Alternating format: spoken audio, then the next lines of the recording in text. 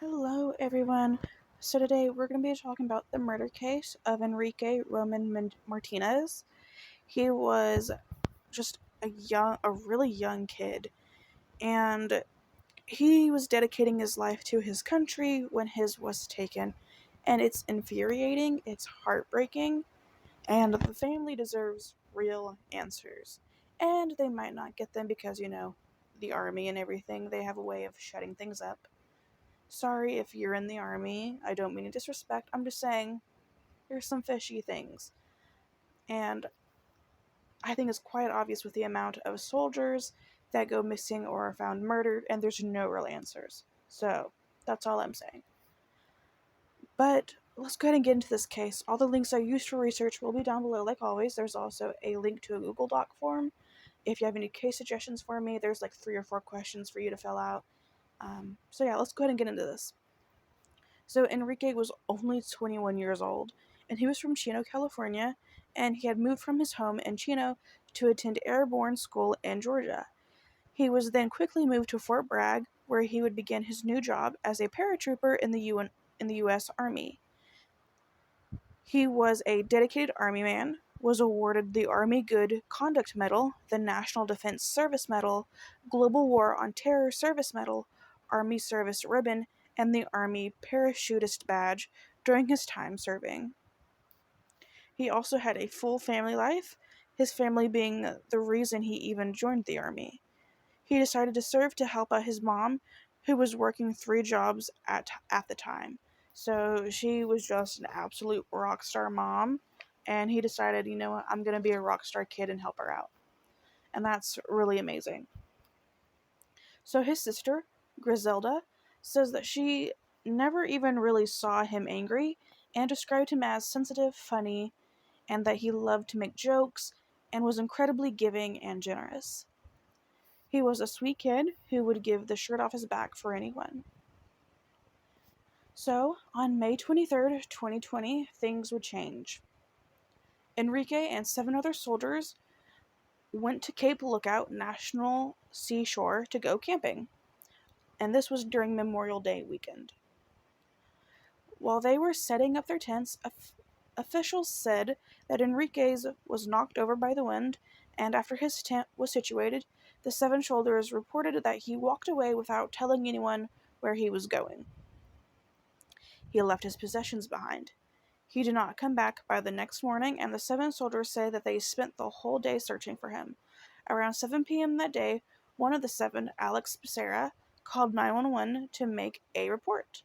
This is what he told the dispatcher. So this is going to be a direct quote from Alex Becerra. And he says, quote, "We woke up, he was not here, and we've been looking for him all day. We were trying to find the park ranger or their offices or anything. We might be afraid that he hurt himself. We're not really sure." End quote.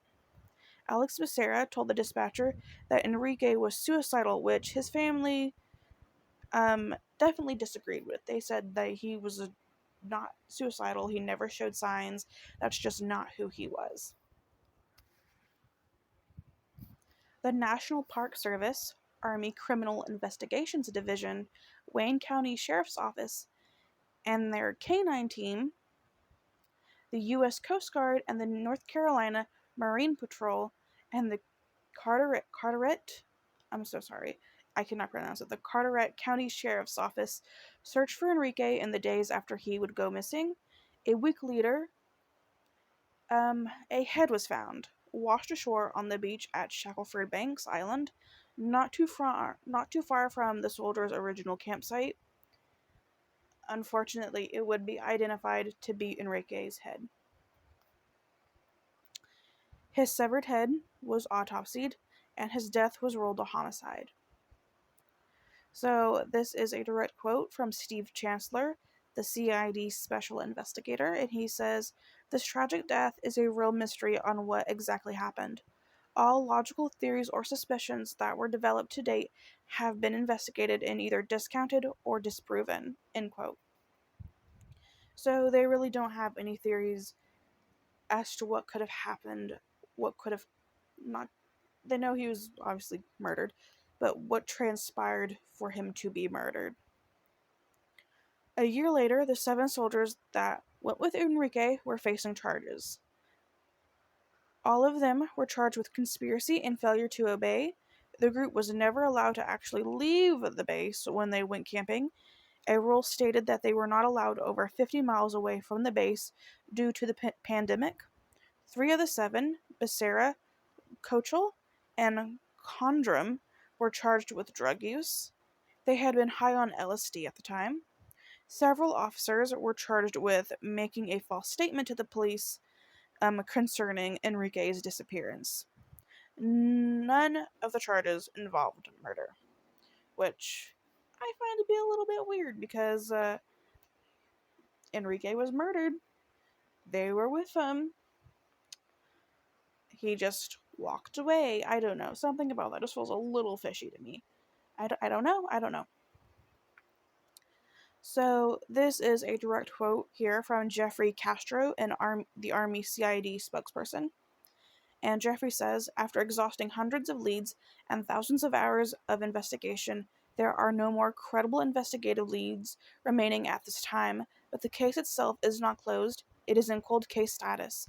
As always, if new information pertinent to any of our investigations becomes available, CID can and often does reopen investigations if warranted.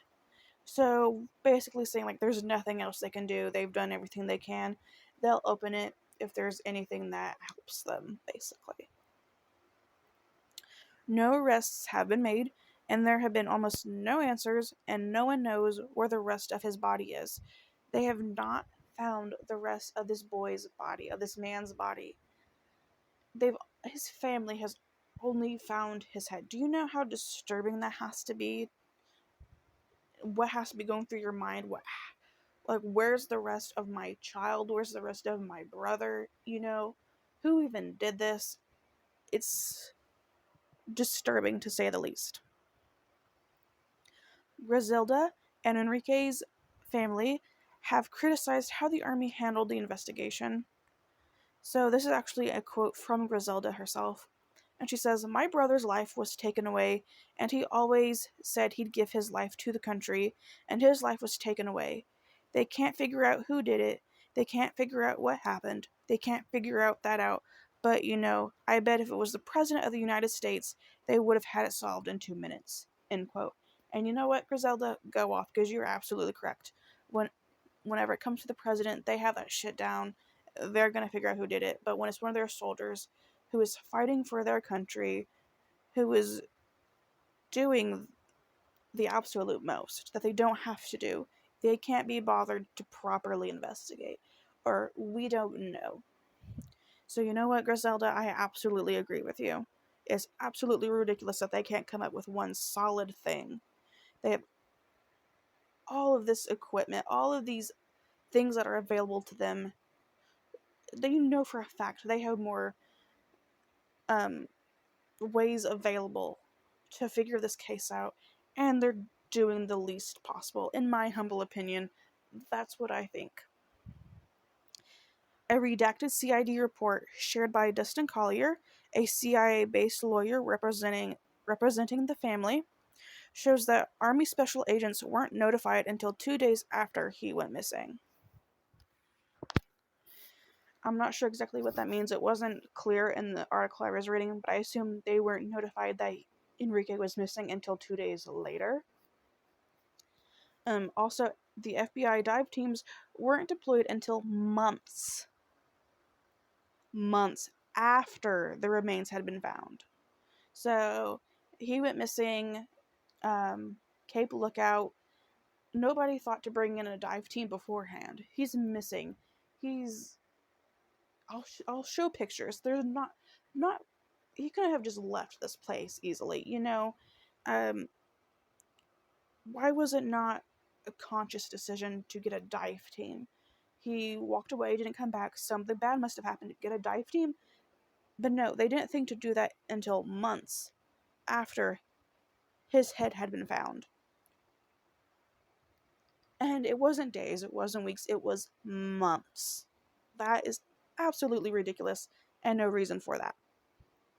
That is a soldier for this country. You should put in a little bit more effort. My humble opinion. So, Dustin also says that there was a lack of transparency um, that the army gave to him and the family, and that they were being given different messages at different points in time, not always consistent with what they tell the public. So basically, they were telling the family one thing, telling the public another, and they weren't matching up. Whether that's lying or they don't have their shit together, either way, completely irresponsible, completely unforgivable, completely disrespectful. Have your shit together and let it be the truth. In August 2021, CID alluded to his death being caused by a boat propeller, which bewildered Dustin and the family. Yeah, that doesn't make sense.